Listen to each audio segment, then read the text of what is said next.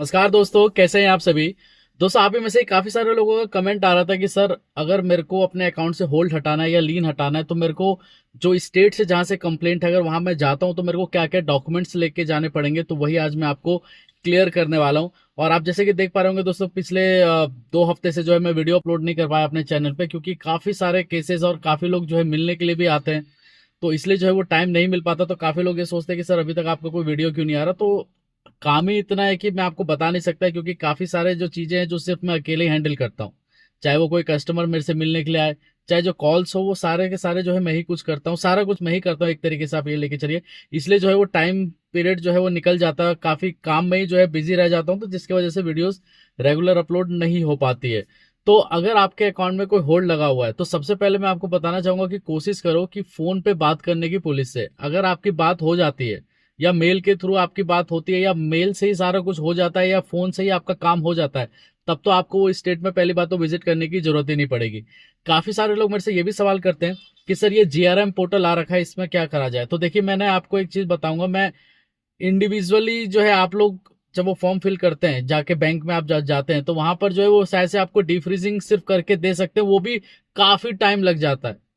Instantly नहीं देंगे, महीना भर, 15 दिन, 20 दिन चला जाता है। लेकिन यहां पर बात हो रही है होल्ड और लीन की, जो वो फॉर्म फिल करके भी नहीं हट रही। ये मैं जो है इंडिविजुअली एक कस्टमर की बात नहीं कर रहा हूँ। काफी सारे लोग मेरे पास आए और मेरे को बोला कि सर, मैं जो है बैंक गया था, बैंक वालों ने फॉर्म फिल करवाए हुए महीना भर हो गया, 2 महीने हो गए, अब 15 दिन हो गए, 20 दिन हो गए, लेकिन अभी तक लीन नहीं या होल्ड नहीं रिमूव हुआ है।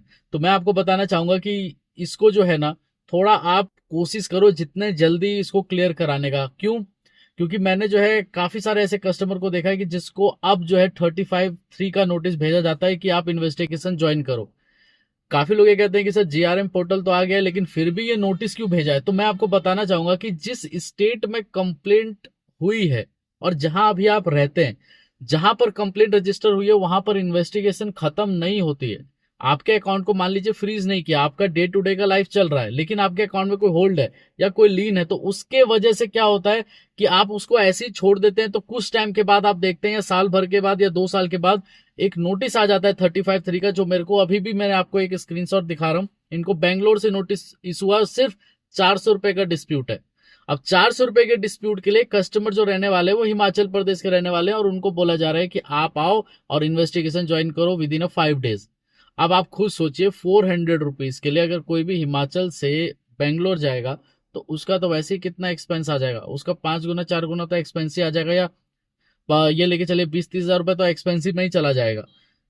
इसलिए जो है, अगर आपके अकाउंट में कोई होल्ड है, आप उस स्टेट में जाना चाहते हैं, तो आप अपना PAN card, Aadhaar card, bank statement last 3 months का, या उस मंथ का जिस वो महीने में आपके अकाउंट में पैसा क्रेडिट हुआ, जो फ्रॉडलेंट अमाउंट था, या जो ट्रांजेक्शन डेट थी वो, और एक आपका ब्रांच का मेल आईडी। मैं आपको हर बार कहता हूं कि आप अपने ब्रांच का मेल आईडी जरूर ले लें। क्यों?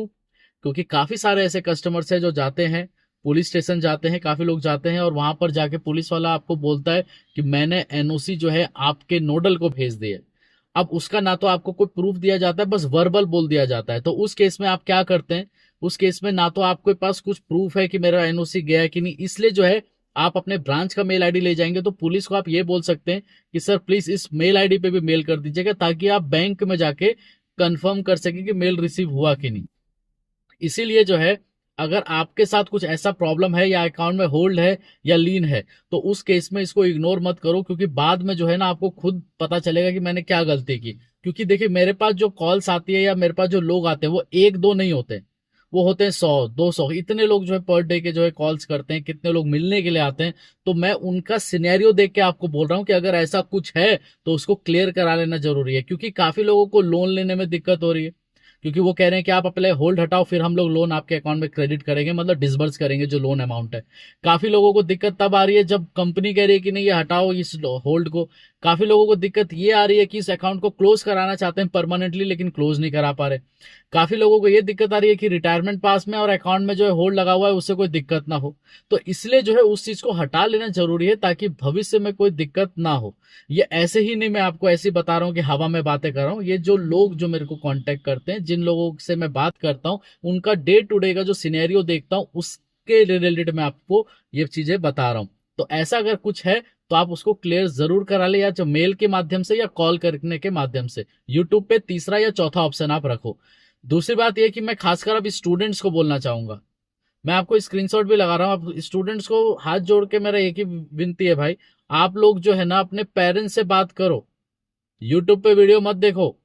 यूट्यूब पे आप वीडियोस देखते हो, 100% अगर किसी को ठगना है ना तो वो स्टूडेंट्स ही है, उसको आराम से आप ठग सकते हैं। क्यों? क्योंकि उनको क्या लगता है कि ये काम 1000-2000 रुपए दे के, किसी को 500 रुपए दे के ये काम हो जाएगा। तो आप गलत फहमी में है, ऐसे नहीं होता है। आप अपने पेरेंट्स से बात करो, या अगर आपको बात करने का तरीका है पुलिस से तो आप कोशिश करो बैंक से पुलिस का नंबर निकाल के आप उनसे कांटेक्ट करो। यूट्यूब पे जो लोगों के वीडियोस देख के आप कॉल करते हो ना, मैं खासकर स्टूडेंट को कहता हूं, तो इससे अच्छा जो है बैंक से पुलिस का नंबर निकलवा के उसको 10 बार फोन करो आपके केस के लिए, वो ठीक रहेगा। लेकिन ये ठीक नहीं है कि आप जो है मतलब कि डायरेक्टली यूट्यूब पे आके किसी को अप्रोच करते हैं। मेरे को कोई कहता है सर आपको मैं 10% दे दूंगा, 5%, तो ऐसा नहीं होता है। 5% 10% वाला ये काम ही नहीं है। एनओसी मैं नहीं देता, या मैं अपने कंप्यूटर पे टाइप करके आपको नहीं दूंगा, देगा तो पुलिस ही देगी, चाहे यूट्यूब पे कोई भी हो, चाहे यूट्यूब पे कोई एडवोकेट हो, चाहे मैं हूं, चाहे कोई भी आदमी हो। वो लोग एनओसी नहीं देते हैं। एनओसी पुलिस देती है, वहां की पुलिस जहां पर कंप्लेंट रजिस्टर है।